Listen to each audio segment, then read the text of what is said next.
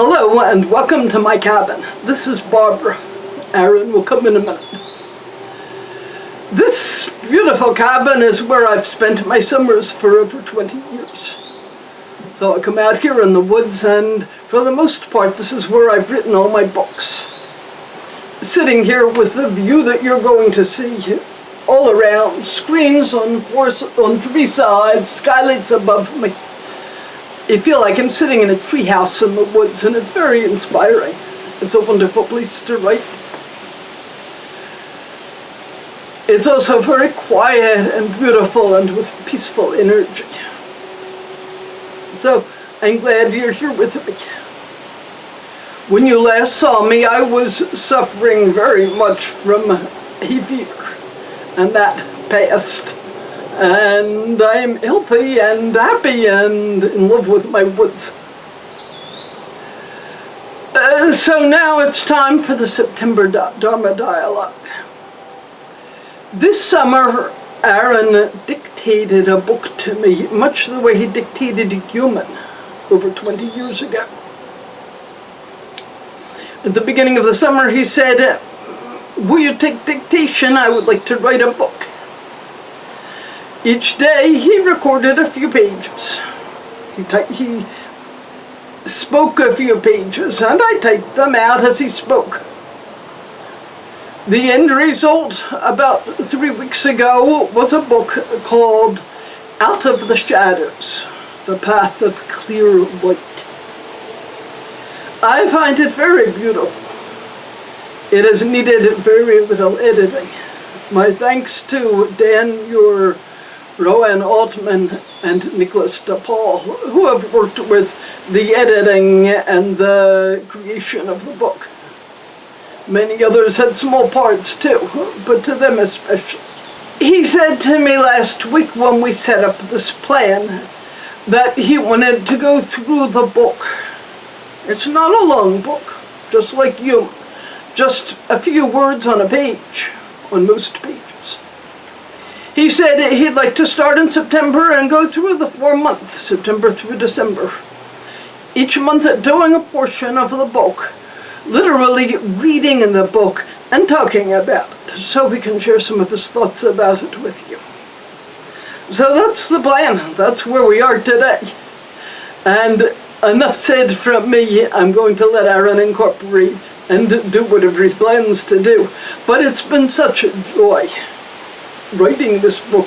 I can't say writing, taking his dictation, hearing his thoughts on this book, and watching him create the book.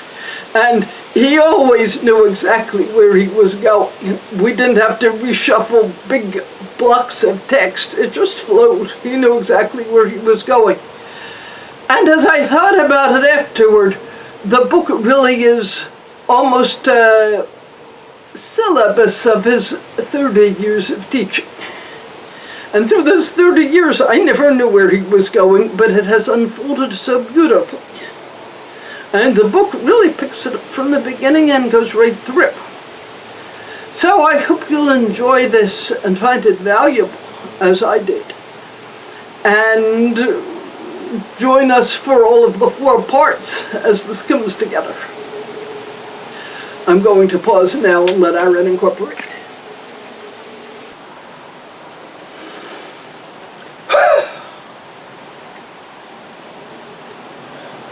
My blessings and love to you all. I am Aaron. As Barbara said, welcome to our woods, which inspired part of the book, as I called it, The Path of Clear Light, and the radiant light. Right now the sun is coming out. I don't know if you can see it behind me. It's fascinating to watch the play of the clouds and the sun. The light streaming through the trees. When the sun goes behind a cloud, it's still there, but the woods grows dark, and then the sun comes out from the clouds again, and the woods grows bright. We can see the whole thing, and it's beautiful. So when Barbara came out in May to prepare the cabin for the summer, I asked her, may we create this book. And she was delighted, of course, and I thank her for that. So I did not take up her whole summer, but an hour or two a day, dictating to her and talking to her about what I was dictating. This is some of what I want to share with you. The book stands alone. It does not need any additional text. But there are things that might enrich it for you. So I'm going to read. I'm going to leave the spaces, as some pages only have a few words, so that you may pause and reflect before I move on to the next page. And I'm also going to add a few thoughts that, as I said, may enrich the book for you.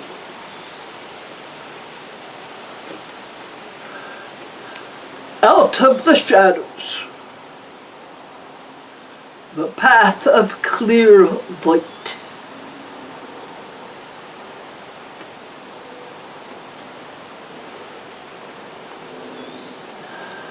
Contraction and spaciousness. Darkness and light. Fear and love.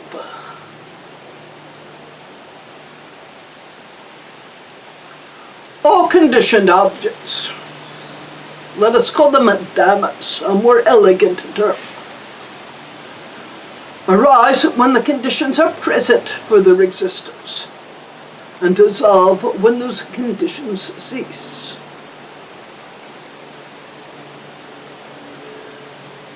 Contraction, darkness, and fear are such conditioned objects. They will cease when the conditions out of which they arose have dissolved. They have no ultimate reality. The rainstorm will arise when the atmospheric conditions are present. When those conditions pass, the sky will clear. When clouds pass away, we experience the blue sky.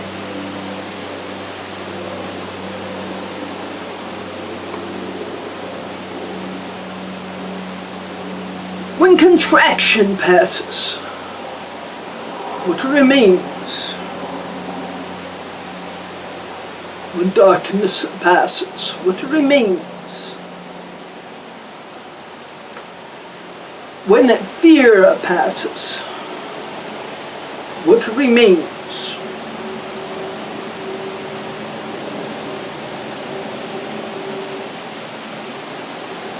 Awareness, spaciousness, light, and love do not arise and cease. However, they do seem to come and go, into and out of your human experience. They are direct expressions of the unconditioned. That means they are always present, although not always perceived.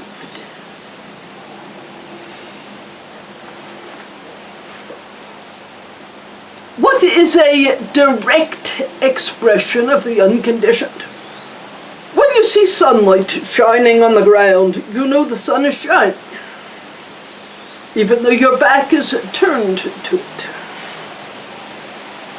We might say this perceived light is a direct expression of the sun.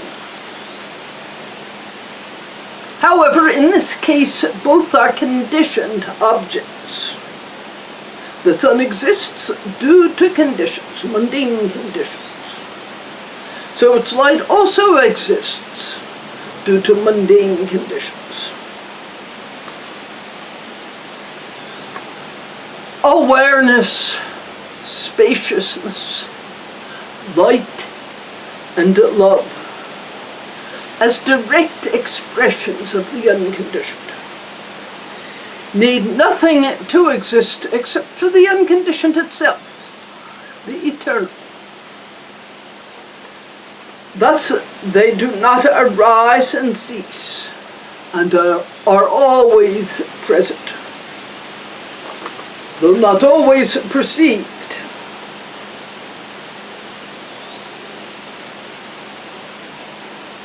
When awareness, spaciousness, light, or love are not experienced, this does not mean they have passed away, only that they are not in your field of experience at this moment. The consciousness that may recognize these dhammas is not open.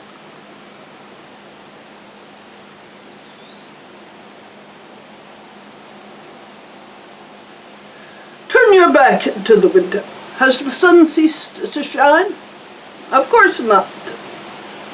Only your perspective has changed. This is only a metaphor, because as I noted above, the sun is a conditioned object, meaning it is impermanent.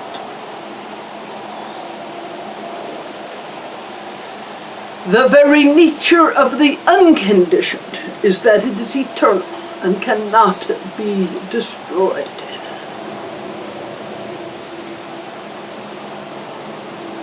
What is the unconditioned, and why should you care about it?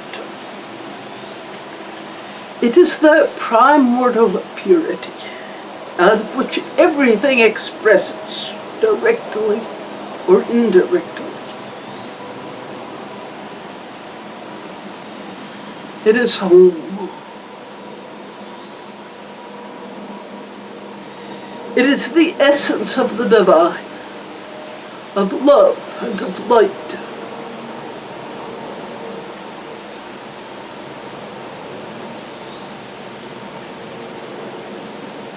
This as an aside from the book. We come this far, and I know you understand me, but now it gets a little more complex. Because we say God is love, we think of the love of the divine. But, I'm going to read again, please consider. But the unconditioned is also the ground out of which the distorted expressions of darkness, fear, and contraction arise. So the unconditioned divine essence is the ground for all things, whether contracted or uncontracted, distorted or clear. It is sometimes called the all-ground. If we acknowledge the non-dual aspect of the unconditioned, meaning it contains all opposites, all seeming opposites, then darkness must also be an expression of the unconditioned, although not a direct expression. The same is true of anger and hatred, of grasping and contraction. Since there is no duality, these are also expressions of the unconditioned, but they are indirect expressions. This means the existence of all indirect expressions of the unconditioned depend on the unconditioned, and also mundane conditions out of which such objects arise. Fear, self-centered thought, the mind that judges, and more. Now, stepping aside from the book for a moment. If God is divine, eternal, is non-dual and contains everything, the pure expressions of it arise as love, as spaciousness, and all the beautiful experiences that the human has. But because it is subject to the play of conditions, spaciousness subjected to something frightening can lead to contraction. They are non-dual. When contraction releases, the spaciousness is back. So as I've been teaching for so many years, when anger, fear, any kind of negative thought or body contraction arises, simply hold it in love. There's nothing to fix. In this way, you come back to the innate spaciousness, love, and light. I'll read again. I can only use a mundane or conditioned realm example of the non-dual nature of such expressions. Water has the quality of fluidity. It is not harmful of itself. Air has the quality of spaciousness. It is not harmful of itself. But if winds blow the water to huge waves, those waves may erode the land, sink boats, and cause death. Another aside, we just passed Hurricane Harvey. Not even past it. Many people are still suffering. The flood water is high. People homeless. Water flowing through the streets. There's nothing negative about the water. There's nothing negative about the hurricane force winds. It's just air. But when they come together, these elements of water and air have created a truly calamitous experience for people. We do not blame the air. We do not blame the water. We simply know this has all arisen out of conditions. Certain mundane conditions were in place. And so the hurricane arose. People were in a danger zone, so their danger arose. What can we do? We can hold it in love.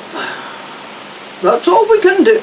We can hold it in love. The more we're able to keep our hearts open with love and light to the truly terrible conditions and suffering, the more our energy of love and light can help support healing rather than add to the contraction and fear. I return to the book. Water, air, the sun, sunlight, and everything else that exists are expressions of the unconditioned. You also are an expression of the unconditioned. And within you are the direct expressions of the unconditioned. Awareness, spaciousness, light, and love. Within you is also the potential for destruction. When the direct expressions of the unconditioned are distorted, and mundane forces creep in, then darkness, contraction, fear, and pain may arise. Herein lies the power of free will and choice. It is the reason for your human experience. The soul grows through intention to enact the expressions of love, light, and spaciousness in service to all beings. and to cease to enact that which is grounded mainly in service to self. Such intention is not easy for the human. For the human is deeply habituated to service to self and must grow through eons of old condition. Spaciousness, light, and love are not the unconditioned itself, but are direct expressions of the unconditioned. They can lead us to the unconditioned. Here a moment of pause aside from the book. As I read this to you, I am aware, as I was when I dictated it, that there is a lot of repetition. Remember that you are reading many of these things one page at a time with a pause for reflection. I want this to go deep into your heart and consciousness, not just to your intellect, and thus I chose to repeat. Reading. The aspect of mind we normally use in everyday life can only know conditioned objects and cannot know the unconditioned. But direct expressions such as light and spaciousness have a mundane aspect that our everyday mind can perceive. These expressions serve as a doorway to the unconditioned. Only awakened consciousness, what we may call pure awareness, can know the unconditioned directly. Please read on for further explanation that will aid in understanding. The aspect of mind that we normally use in everyday life can only know conditioned objects and cannot directly know the unconditioned. But direct expressions such as light and spaciousness have a mundane aspect that our everyday mind can perceive. These expressions serve as a doorway that can lead us to the unconditioned. Only awakened consciousness, what we may call pure awareness, can know the unconditioned directly. Please read on for further explanation that will aid in understanding. There are many levels of consciousness. Detailed discussion of them is not within this book. Very briefly, please bear with me for a page. Every consciousness takes an object. The sense such as eye or ears touches the object, and seeing or hearing consciousness arises. The same is true of it, touch, taste, and smell, and the mind that touches thoughts. Mundane consciousness, the consciousness associated with the five senses and the mind, is capable of perceiving only mundane objects. However, we may also experience a supramundane consciousness capable of perceiving objects that are above and beyond the mundane. Objects such as love, light, spaciousness, and the unconditioned. The human lives mostly in mundane consciousness. Then how can we know the unconditioned directly? One way is through profound meditation states, when the supramundane consciousness is open. But most people never or only rarely touch those states. To create a further complexity, When one is deeply resting in the unconditioned, one usually has little interest in or appreciation of the mundane realm. Imagine pure water in a deep underground spring. If you could shrink and dive through a long channel into the heart of the spring, you could directly experience that purity.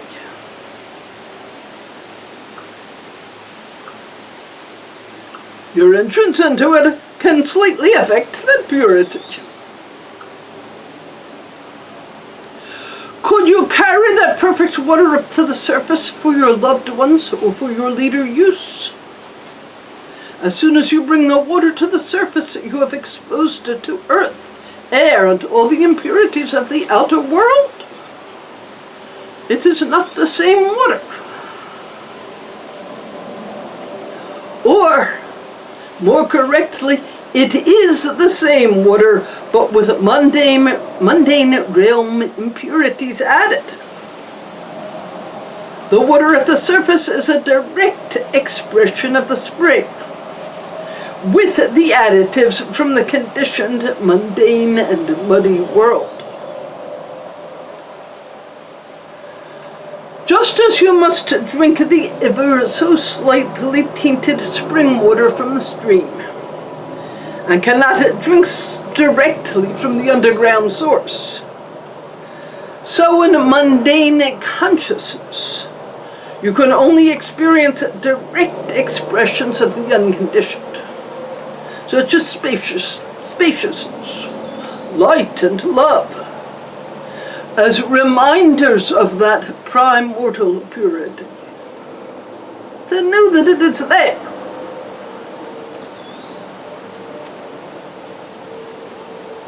One must know the unconditioned if one aspires to live from that ground of all things. We can enter the spring through meditation. Awareness rests in the innate perfection of the unconditioned, free of grasping. And then intention aspires to maintain resting in that radiant reality, even while surrounded by and relating to the mundane realm with its many distortions.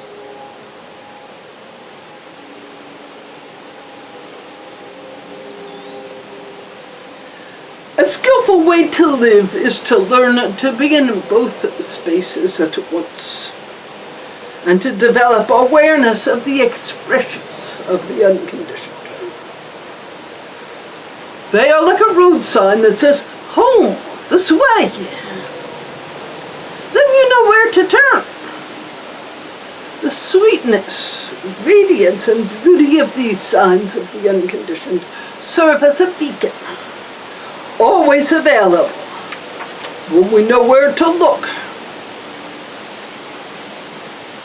When those signs are missing, their lack is noted. That consciousness serves as a warning, moving into distortion. Take great care. The unconditioned expresses as light and spaciousness. It expresses as loving kindness and compassion. It expresses as a boundless generosity. It expresses as joy. It expresses as peace. These direct expressions of the unconditioned, well, not the unconditioned itself, are ultimate realities. They cannot be destroyed, but only pass from our consciousness for a while. So that is section 1 of the book.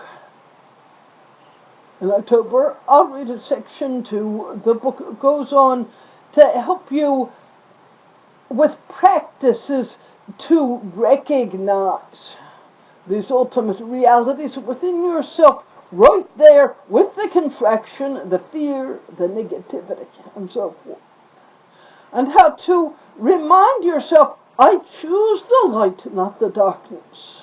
I choose kindness, not the negativity. I choose love. And when you are not choosing it, not to berate yourself for that, but simply to recognize, whoops, I've slipped off the path, and climb back on. In the later sections of the book, I will offer some very specific practices that will help you. Thank you for being with me today. My blessings and love to you, and may this path of clear light bring you home. I love you.